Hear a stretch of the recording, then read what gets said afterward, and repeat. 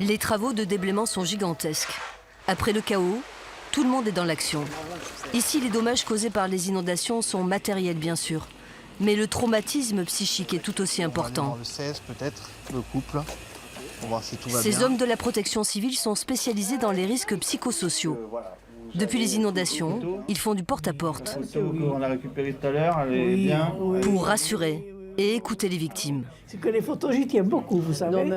C'est les souvenirs, ça. Parce qu'il y a pas mal de choses qui apprennent. C'est important pour vous, pour la tête. Ah oui, je trouve. Oui, c'est énorme, mais c'est énorme. Je ne pensais pas que ça puisse exister seulement. On ne se sent pas seul, et c'est énorme. Ouais. Parce que quand il vous arrive des trucs comme ça, c'est clair que voilà, on est démunis, voilà, c'est un choc terrible. Nous, ce qu'on doit proposer en tant que sauveteur socio-psychologique, c'est une écoute, c'est vraiment être une oreille et pouvoir permettre aux gens de s'exprimer et d'exprimer leurs mots. Parler aussitôt après la catastrophe peut contribuer à diminuer les risques de développer un trouble post-traumatique. Dans ce petit village de 450 personnes, près de la moitié des habitants est sinistré. Vous avez tous mangé?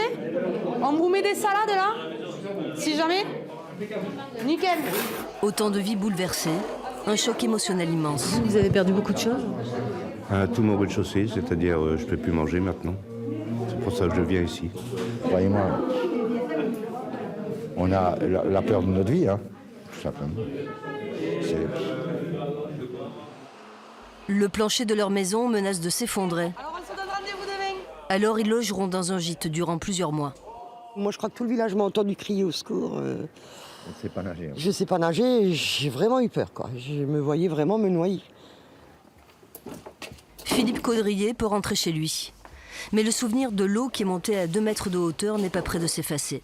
Il faut toujours dire que demain, ça ira mieux. Je dis à tout le monde que les gens qui sont démoralisés, on n'est pas mort, on vit et la vie continue. Voilà. Depuis lundi, chaque soir c'est le même rituel. Couper le courant pour éviter les courts-circuits, se réfugier ensuite au premier étage, dormir en sécurité et affronter seul le souvenir de la peur. Une bonne nuit.